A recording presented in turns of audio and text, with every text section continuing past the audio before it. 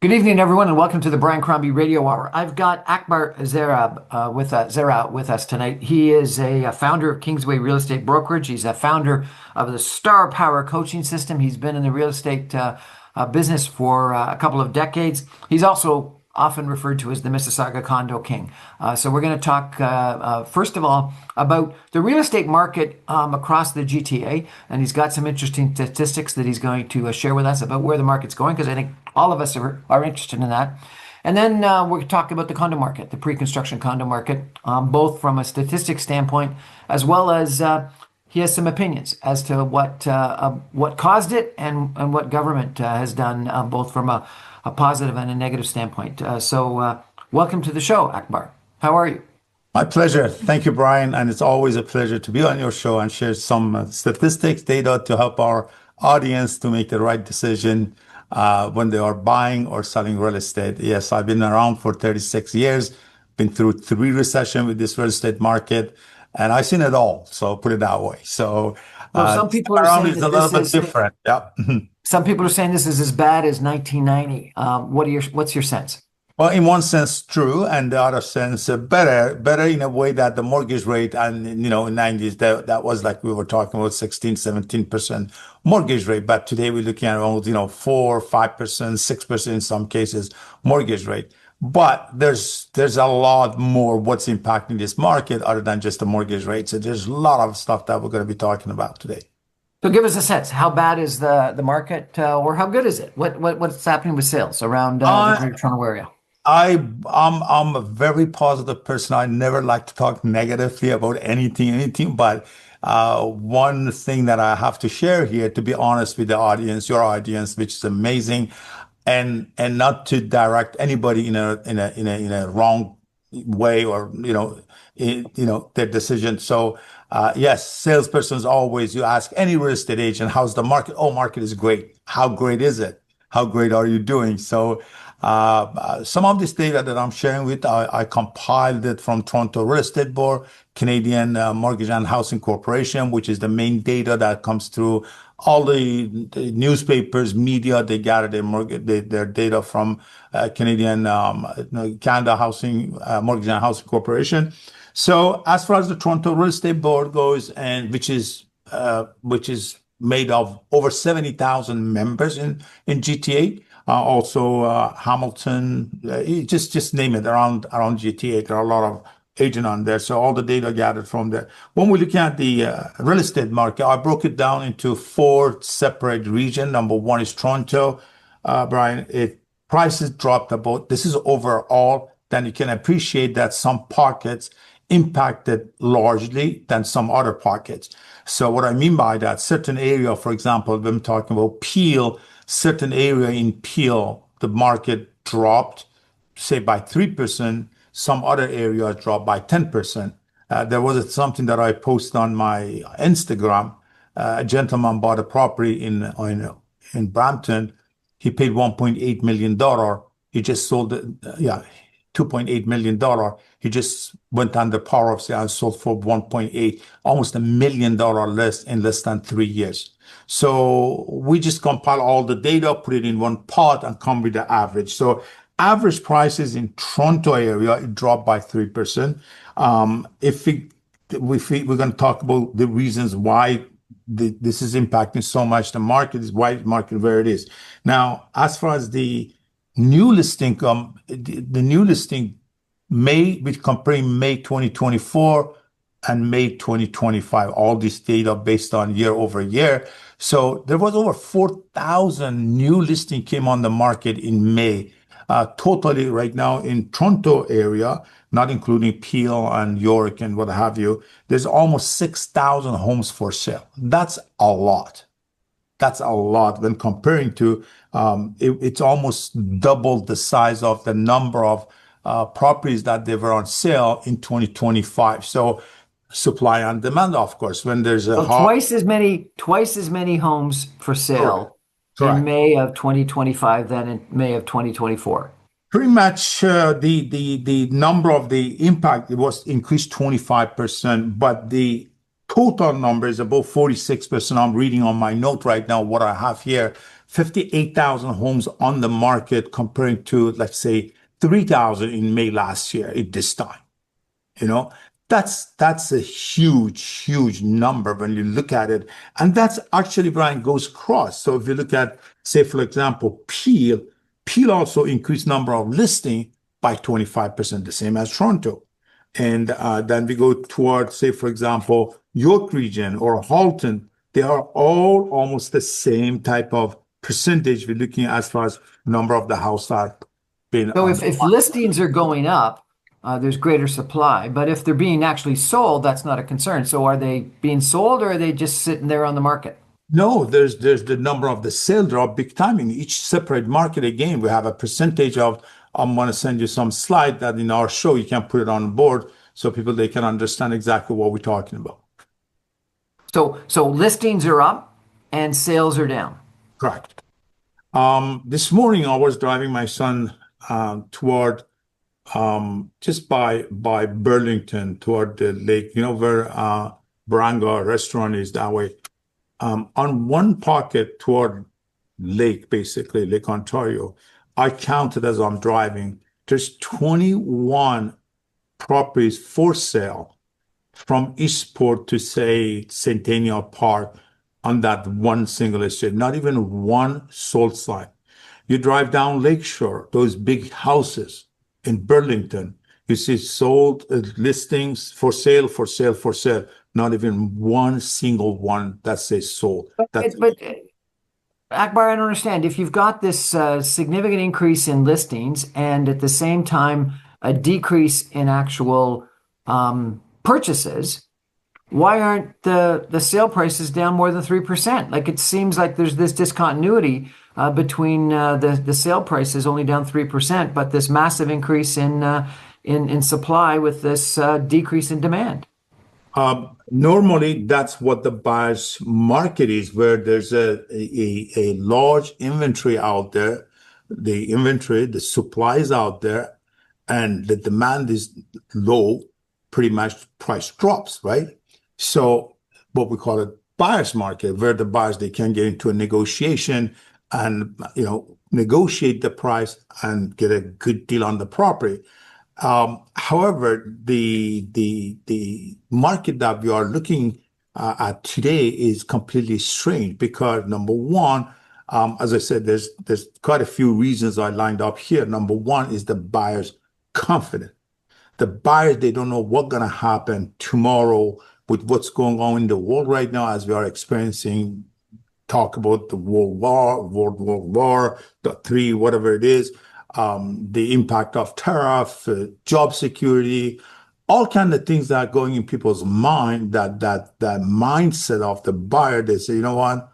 I'm comfortable paying $4,000 rent. I'll pay the $4,000 rent, but I don't want to get that house to pay $4,500 mortgage because I don't know if I'm going to have a job tomorrow. So I was told that we've moved from FOMO to FOOP, that we've moved from fear of missing out, and everyone was buy a couple of years ago, to FOOP, fear of overpaying, that no one wants to buy because they're convinced that prices are going to go down in the future.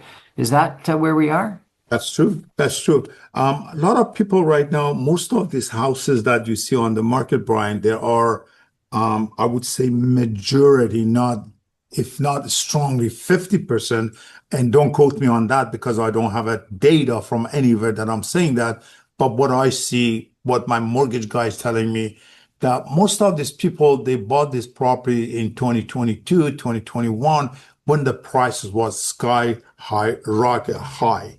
I'm talking about they bought a house, and remember those days that there were multiple offers, bidding war going on. The house that was listed for $800,000 sold for 1.4, and the bank would finance it, no problem, right?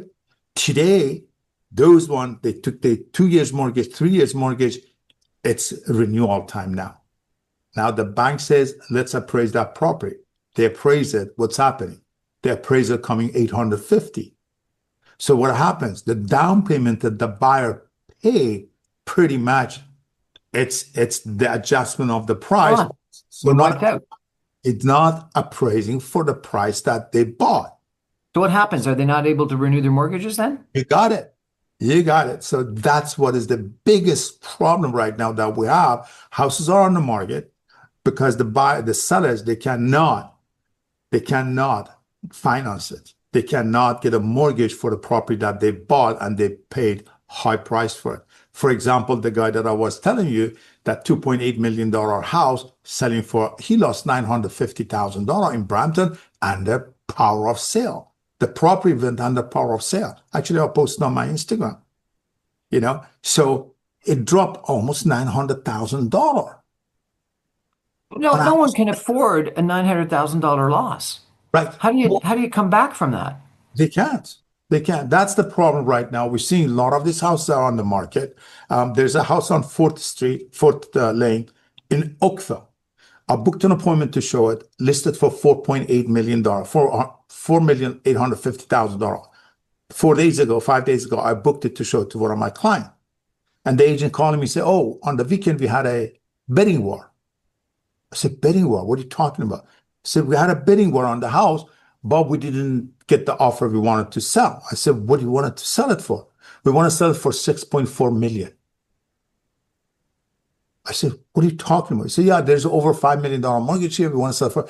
So, and I'm going to change the price because we couldn't sell it now. We're going to put it for 6.4 instead of 4.8. They are increasing the price. The house never going to sell for that price.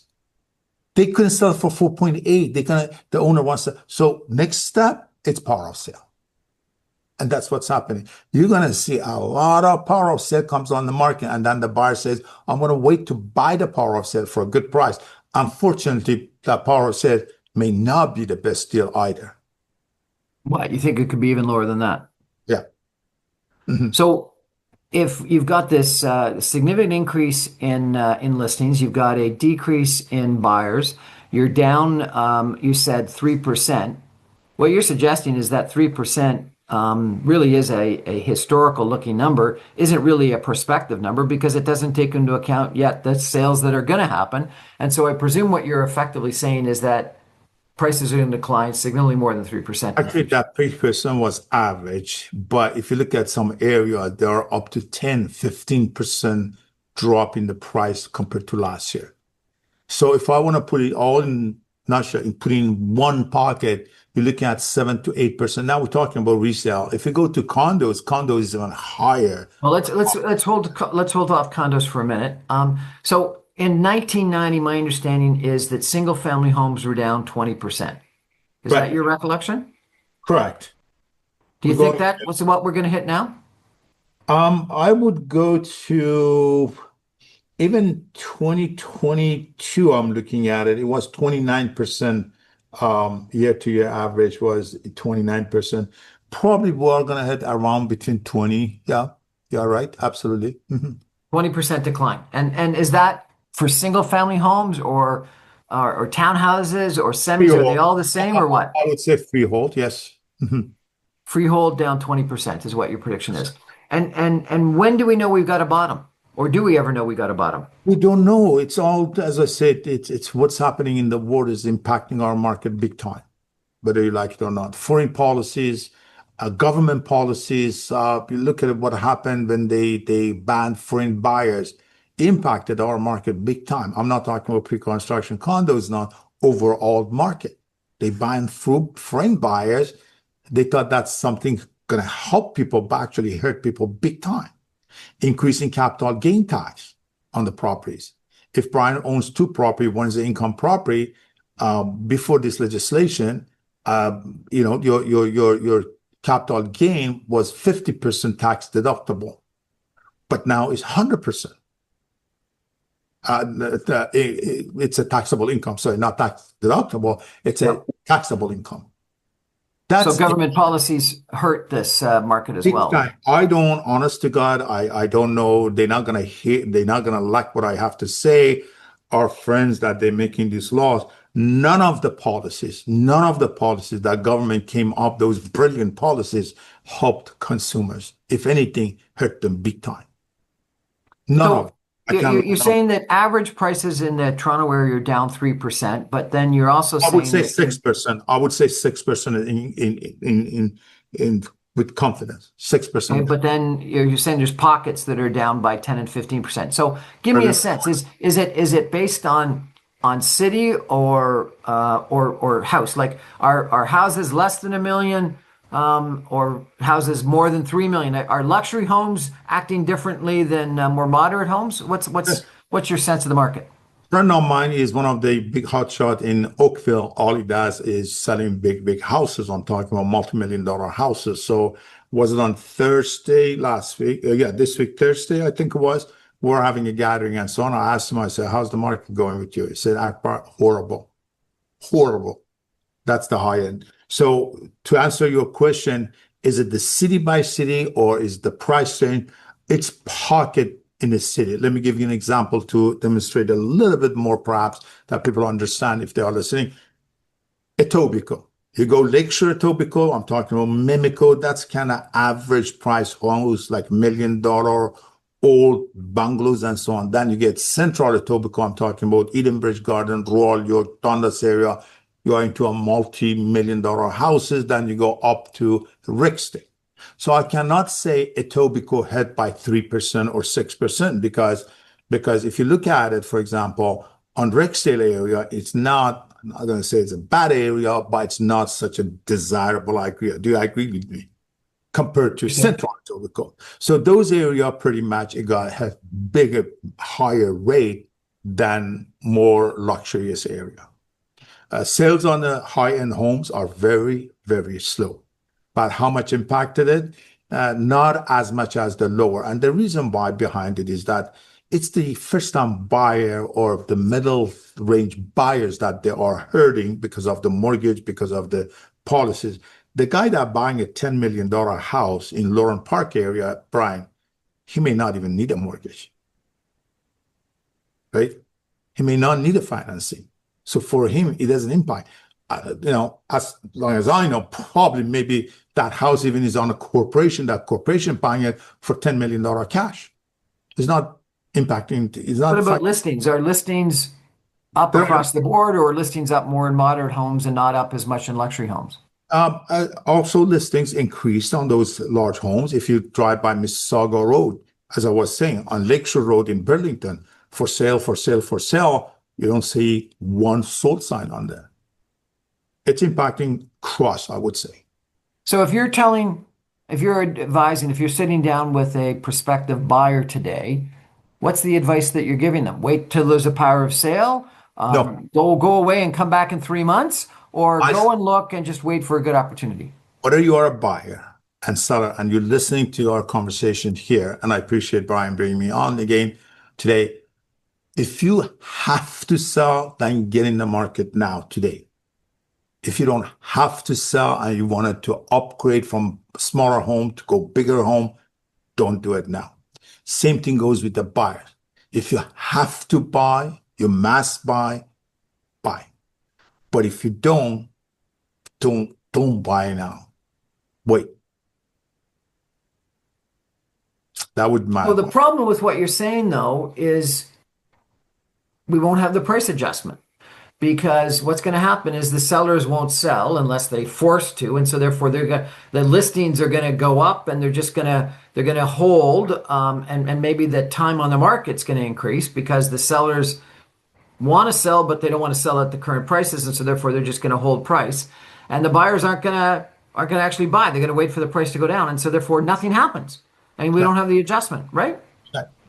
If you look at it, I'm on top of my numbers all the time, crunch the numbers, put in the Excel and come up. So if I would say strongly that, again, last year, this time, there was maybe about 150, 200 homes on the market. There's a bank sale, power of sale. Today is over 1,000 units that I have list of them from Scarborough to Hold Richmond. it, hold it, hold it. You're saying a year ago there were 150 homes on the market as a Over, power of sale, and today it's over 1,000. over 1,000. 10 times increase in the power of sale homes. And we're going to see more and more coming. One of friend of mine is a lawyer who works with Royal Bank. We were having lunch. Then we went back to his office, a pile of fire. And he says, Akbar, do you see all that? I said, yeah. I said, so all the power of sale that's in process. He works for Royal Bank. We're It's going to take a break for some messages, and we're going to come back with Akbar Zareh from Kingsway. In just 2 minutes, we're going to talk about pre-construction condos. Stay with us, everyone. Back in 2 minutes on the real estate market in the Greater Toronto Area. Fascinating. Stay with us.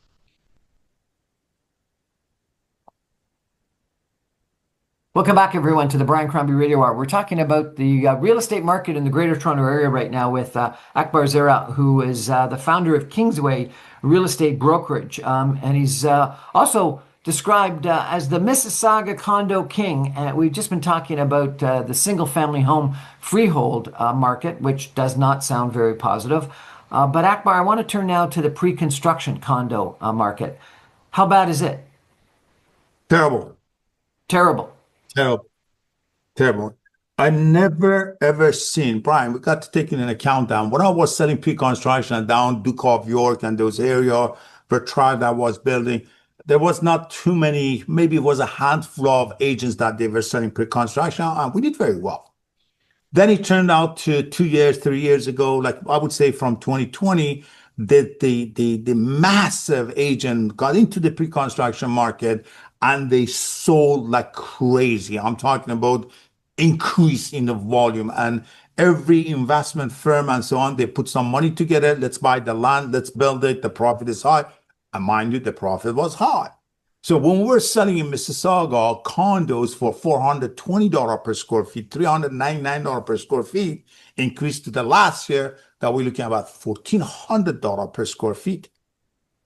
Looking at the development charge that city was charging, very amount of like $8,000, $9,000 to increase up to $80,000 development charges. Who pays for it? The consumer. What happened with the COVID? After COVID, the cost of material, cost of labor, the demand for contractor, everything went up. Cost of acquiring the land, buying the land went up. So, and the developer, what they did, they put all together on top of each other. That's why they were charging $1,400 per square feet. And now what happened with everything that happened with the government banning majority of our buyers, they were foreign buyers that they were buying for investment. I'm talking about foreign, like Chinese, people from India, from Iran, Middle East, and so on. Then we had, if I break it down, that was probably 35%, even though government was saying, no, that's not true, but that was 35%. Another 35% of the buyers, they were investors like you and I. We would buy the property for two reasons, either to flip it, sell it as on an assignment and make a quick buck, or keep it and rent it out, which the rental market was really, really good in favor of the landlord and get good return on our investment, some cash flow in some cases, because the price was low. So even the other way, the cost of buying went up. Rental market right now is totally messed up. So the investors, they are disappeared. Chinese buyers disappeared. Right, those two numbers, there are over 60% of the buyers, they faded with the capital gain tax that we talked about it earlier. So government came up with the capital gain tax that if you make money on your investment, now the 100% of money that you are gaining, it's a taxable income. Investors, they didn't like that compared to what it was before. It was 50% was taxable income. So there's so many things with the increase in the test, the interest rate in a mortgage rate went up, the qualifications, banks kind of pulled back. They said, whoa, we're worried about this. And then the supply, everywhere you were looking at, it was crane. They were building, they were selling. More cranes in Toronto than any other city in North America. You got it. The number one city in North America, number of the crane. I don't have the exact number. I think we talked about it our previous show that I give you the number, and that's right. If you Google it, it's on the Google right there. So what's happened to prices? You said they went from $399 to $1,400 a square foot. What are condo prices selling at today? Today, now they are adjusting. The builders are pretty much panicking to the point that, Brian, they are scared because they sold 30%, 40% of the unit at the $1,400 rate, but that now they can go and say, okay, we're going to discount it for $1,000 per square feet, because what happens to the people that they bought? They're going to come back after the builder said, we want the adjustment now. So what they are doing, they're a smart way, what they are doing, they are offering free parking. Say, for example, in Mississauga, we never sold parking separately. That was Toronto. Now, parking in Mississauga, one of the projects, $150,000 for parking. I get you a beautiful condo in Mexico, fully furnished, with an ocean view for $180,000 Canadian. The There you same go. price Same price. as a parking lot in Mississauga. Parking lot in Mississauga. Take your sleeping bag and go underground and sleep there. That's your condo. Compared to living in Mexico, a beautiful condo, ocean view with a rooftop facility for $184,000. I'm selling. I'm selling. I'm there. I have office there. So that's what's happening. Investors, they are looking at an alternative. What's happening down south Mexico? All our investors from here, they are buying in Punta Cana, in Dominican Republic, El Salvador, whatever, not El Salvador, Costa Rica, and Mexico market surged to the point that one of our mortgage guys that they giving mortgage to Canadian in Mexico, he said, Akbar, we've been financing Canadian in Mexico for past 10 years. But in the last 2 years, we cut Canadian. We're not giving mortgage to Canadian buyers in Canada. We're only specializing, we're giving money for the people in Mexico, Canadian that they're buying in Mexico. Okay, let's stay on Toronto, in the Greater Toronto Area. So what do you think have been the price declines on resale condominiums? Again, with the government policies, the cost of for the builder, developer, the cost of building, it's gone up. Municipalities, they are charging, like the municipality, they are charging way more money, 10 times more than they used to charge. Everything impacted the price, increase in price. Therefore, buyers are not there anymore. As I said, the foreign investor and the investors here, Canadian investor, they faded. So we left with 30% first-time buyer or empty nester that they are selling their home and they're moving to the condo. And that's why you see, for example, I have a stats here. In 2023, I'll go a little bit higher. 2021, we had over 30,844 units sold in GTA. We're talking about high-rise condo here.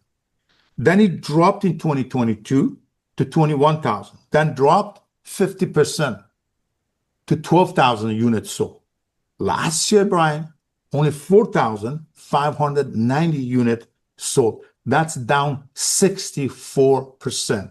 And if you're saying that in 2020 there were over 30,000 condominiums sold, right, and last year there were 4,000. $4,599. So we're down from 30,000 to less than 5,000. Correct. That's a stats. That's stats from CMHC. And what about the inventory of deliveries? There's got to be still, because those condos that were sold back in those pre-construction condos that were sold in 2019, 2020, and 2021, they've got to be being occupied today. They've got to be filled. So there's got to be a huge delivery of condominiums right now. That's another mess that I want to share with the audience. A lot of people they bought, they put $200,000, $300,000 down. They're walking away from their down payment, and the builder's suing them because they cannot close, they cannot get mortgage. Downtown Toronto, I'm not going to mention a condo project. One of our clients paid $1.2 million for a condo that bought down there. They went to finance it because it's coming closing. The bank said no. They appraised it for $920. 1.2 down to 920. That's not bad. There was another one that they appraised it for $830,000. It's almost $300,000 less than what they paid, and that's the problem. And so that they've lost their down payment. They lost down payment. What are they trying to do? They can't walk away because they're going to get sued by the developer. Well, that's what is happening. Developers suing them. Okay. There's a portal that I'm part of. That portal, actually, we call it assignment. There is thousands. I'm going to send you a screenshot of those that says the seller losing $400,000. They're begging people to just come take over. They're losing $400,000 to avoid the lawsuit.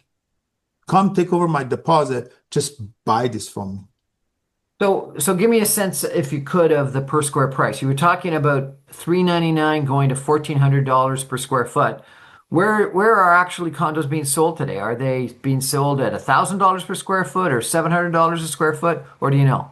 Still, they are marketing some developers, they are marketing the original price that they had to avoid those people that previously bought so they don't come after them. However, I was talking about that when we came to the parking lot in Mexico. When I talk about Mexico, I get too excited. So what happened now, they're trying to adjust the price, not exactly the label, but they're giving Brian, okay, here's a $150,000 discount.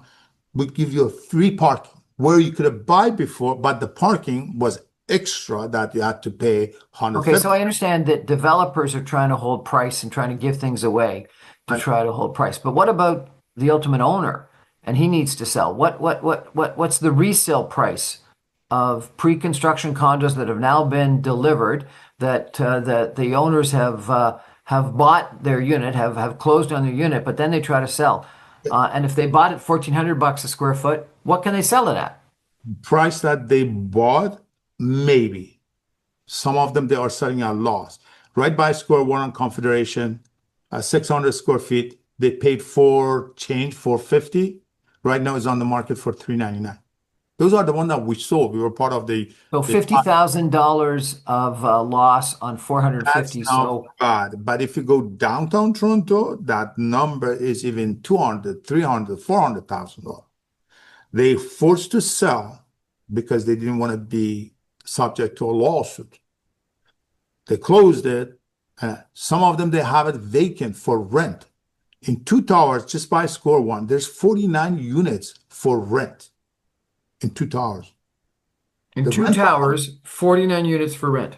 yes, And rental rates, rent rental prices are down as well, drop, 10%, I understand. drop. One of my clients rented the condo for $3,050, two bedroom.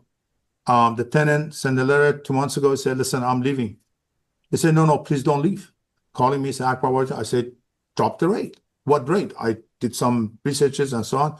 Said, offer him $2,800. So from $3,050, we dropped the rate to $2,800 to keep the tenant, to not to have vacancy. He cannot afford a vacancy. But what went wrong? What's caused this? We're going to take a break for some messages. We're going to come back in just 15 in 2 minutes with Akbar Zareh of Kingsway Realty to talk about what went wrong. What caused all this? Stay with us, everyone. Back in 2 minutes.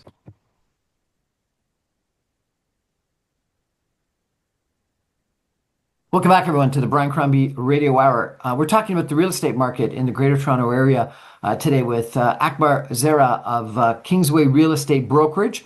Akbar, we've talked about how single-family homes are down by 3% based on historical pricing, but you're thinking it's actually 6% on average, and in some pockets, 10 to 15%. And you're talking about pre-construction condos, sales that have gone from over 30,000 5 years ago to 4,000 or just under 5,000 now, and the prices are down as well. What caused this? Well, massive increasing the inventory.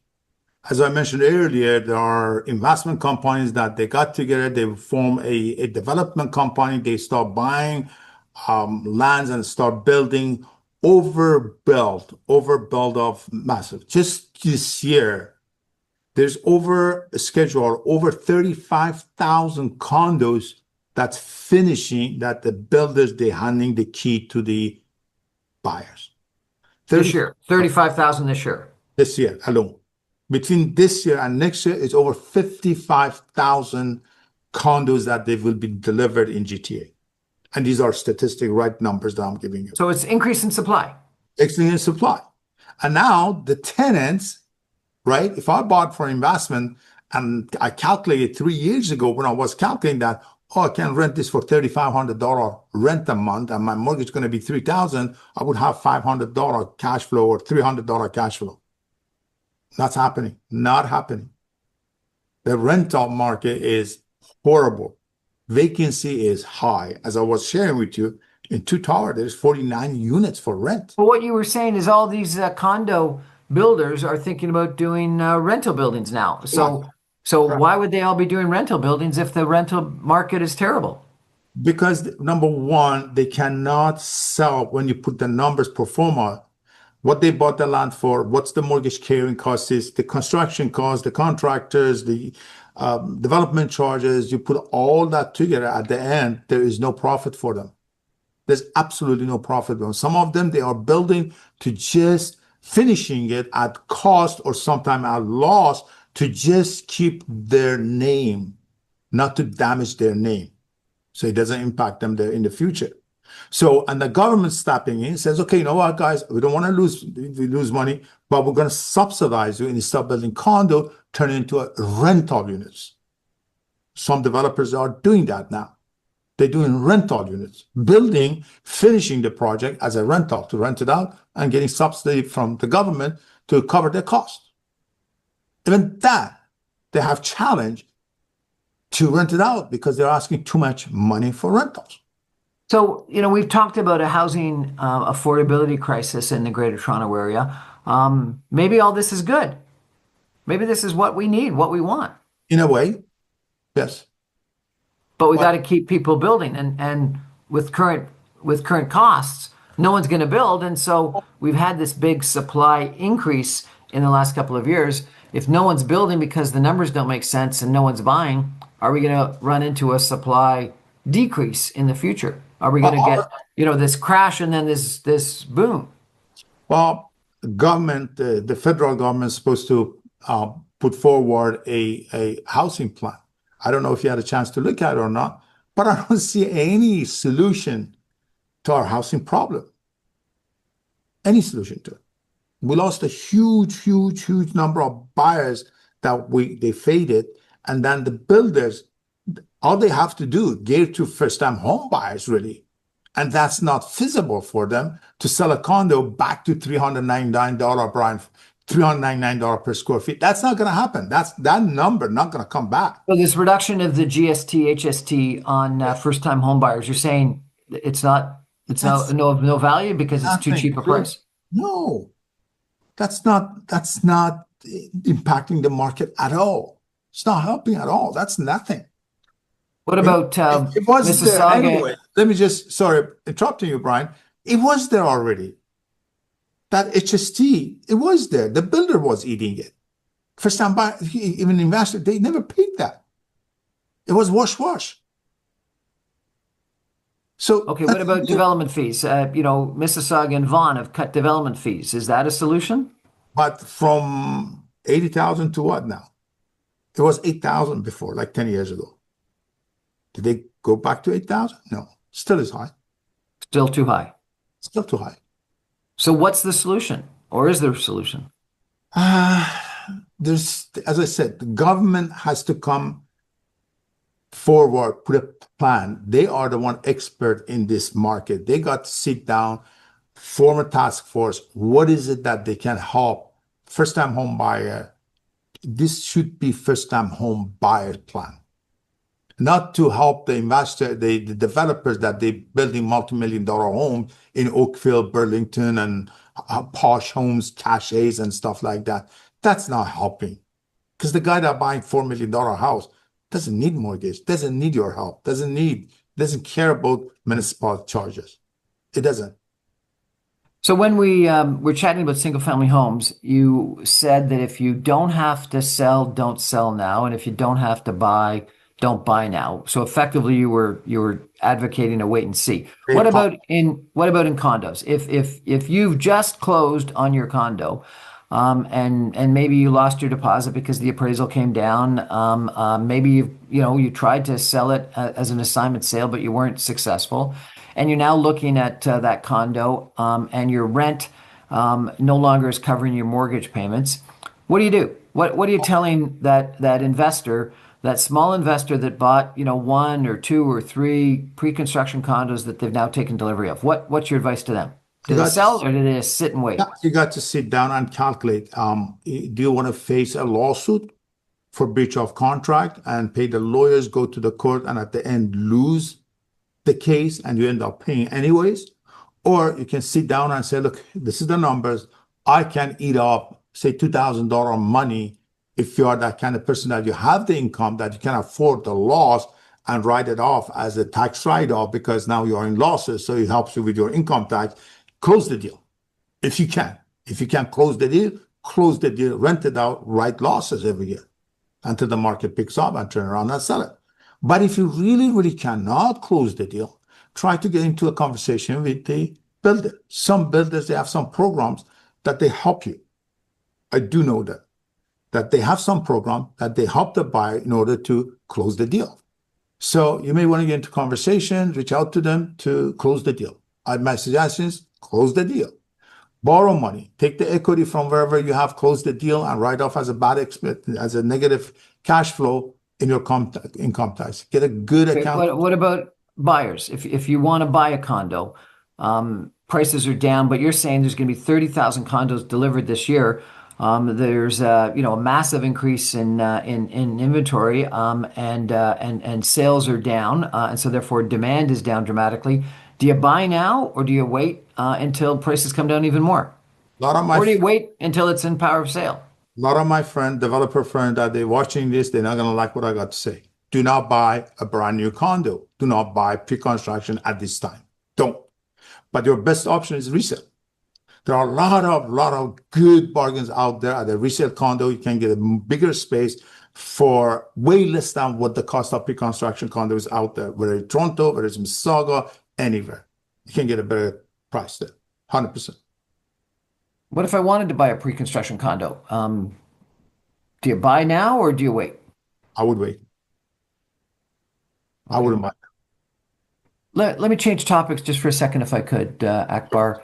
I've heard that 80% of real estate agents make less than two sales a year. And so therefore all the sales, all the big sales are made by 20% of the real estate brokers.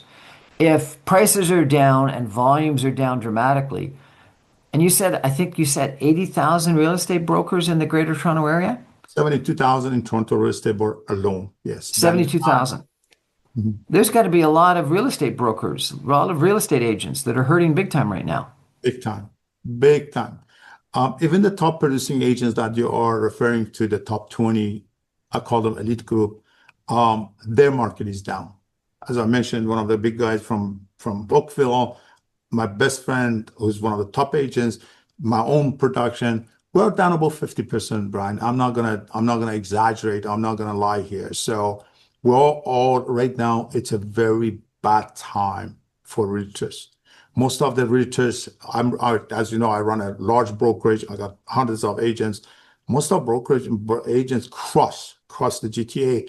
They're going back to their IT job and they're just holding their license for now. They're not They're making going back to their IT job. Uber, IT, working at Walmart. Seriously, I'm saying that. Seriously. They're driving trucks to just pay their bills. That's reality. A lot of real estate agents, a lot of real estate brokers participated in pre-construction condos, and so not only is their current income down, but they're probably some of the people that are facing the losses associated with having to close on condos that are now worth a lot less than they were. I'm smiling because a lot of those guys, they went and they bought a Lamborghini. They thought that they sold 30 units in such a project. They went and bought a Lamborghini. Now, those guys, they are the buyers. They're not closing. They got half of their commission. The other half usually get paid when the deal closes. Now, the clients are not closing, and the developers, they are asking for the commission back now. So if you are in the market of buying Lamborghini, reach out to the agent that driving Lamborghini. You can get a good price on it. I'm Oh my saying God. So there's going to be an opportunity to buy Lamborghinis from real estate agents. Because I'm telling you, party is over. Those pre-construction parties over. Done. We had this discussion last year, if you recall it. Do you remember? I do. I said I see a huge decline in the sales of pre-construction. And even that time, I say if I was buyer on the market, I wouldn't buy a pre-construction today. Matter of fact, I had my own radio show at 6:40 a.m. Geared to pre-construction. I folded 3 years ago. I folded. So I didn't want to misguide people. Buy this pre-construction, you're going to make money. You're not making money. Stay away from it for now. If you have to, buy. That's a different story.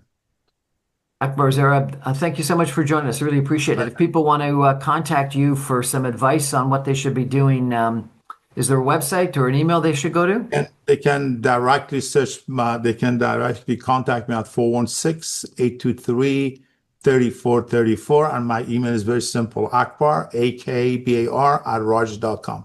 I'll be more than happy to help you. Thank you so much. I really appreciate My you coming pleasure. on the show and giving us, perception of what's going on. I guess, my sense of things is that the single family market has still got a fairly significant decline to come. There may be pockets that don't come down as much as others, and maybe your comment about luxury, where people don't need to sell because they're not being triggered with mortgage increases, and or the buyers are going to buy in cash, won't come down as much. But I don't actually believe it, because I think that people that are wealthy got wealthy for a reason, and so therefore they're going to be just as judicious as everybody else. Sure. And I do think that the balance of the markets are going to come down even more. And so therefore I do think that that listings will continue to go up, and people that take a look at that sort of that 3% or 6% price decline that you talked about, that's a historic looking number. Those are the houses that have sold. It's Mhm. not a predictor of what the houses that are still on the market to be sold will be priced at. And I get an email, every hour or every second hour, new price, better price, lower price. And so I think that a lot of smart agents like yourself, a lot of smart brokers are reducing the prices and are trying to sell.